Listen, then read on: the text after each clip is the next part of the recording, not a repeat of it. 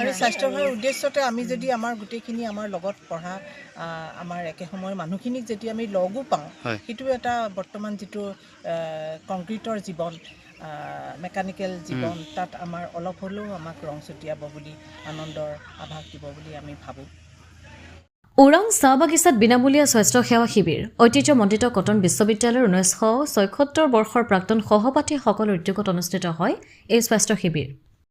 cotton বিশ্ববিদ্যালয়ৰ 1976 বৰ্ষৰ সহপাঠীসকলৰ সোণালী জয়ন্তী বৰ্ষৰ প্ৰাক্ষণত প্ৰথমটো স্বাস্থ্য শিবিৰ আনুষ্ঠানিকভাৱে অনুষ্ঠিত হয় ওৰাং চাহ বাগিচাৰ প্ৰাথমিক বিদ্যালয়ত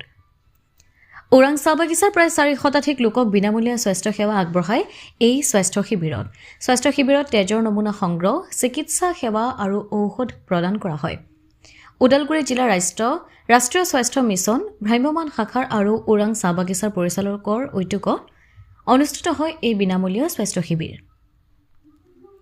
কংক্ৰিটৰ জীৱনৰ পৰা আঁতৰি মানৱ সেৱাৰ উৎকৃষ্ট নিদৰ্শন দাঙি ধৰে 1976 বৰ্ষৰ ছাত্ৰ-ছাত্ৰীসকলে তেজপুৰ গুৱাহাটী মিজোৰাম আৰু অন্যান্য চিকিৎসা মহাবিদ্যালয়ৰ চিকিৎসকসকলে এই বিনামূলীয়া স্বাস্থ্য শিবিৰত অংশগ্ৰহণ কৰে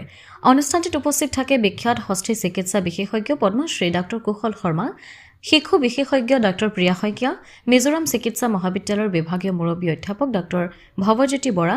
গুৱাহাটী চিকিৎসা মহাবিদ্যালয়ৰ মুৰব্বী অধ্যাপিকা ডাঃ ৰূপালী বৰুৱা তেজপুৰ চিকিৎসা মহাবিদ্যালয়ৰ ডাঃ জাহানাৰা বেগম গুৱাহাটী চিকিৎসা মহাবিদ্যালয়ৰ ডাঃ সঞ্জীৱ ভূঞা বিশিষ্ট চকু চিকিৎসক ডাঃ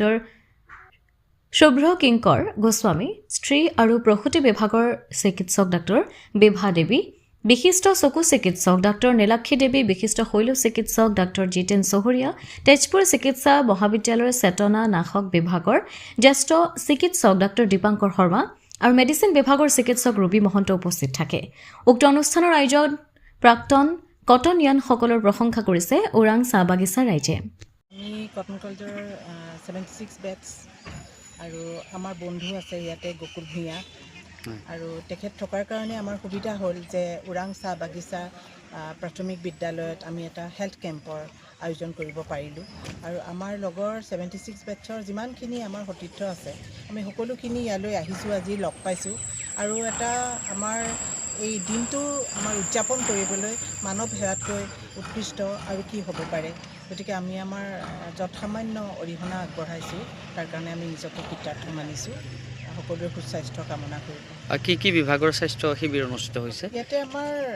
গাইনী paediatrics general medicine general surgery এনেকৈ প্ৰায় আটাইকেইটা বিষয়ে আমাৰ তাত কভাৰ কৰা হৈছে কোন চিকিৎসা মহাবিদ্যালয়ৰ চিকিৎসক বৰ্তমান তেজপুৰ চিকিৎসা মহাবিদ্যালয়ৰ পৰা কেইবাজনো আহিছে আৰু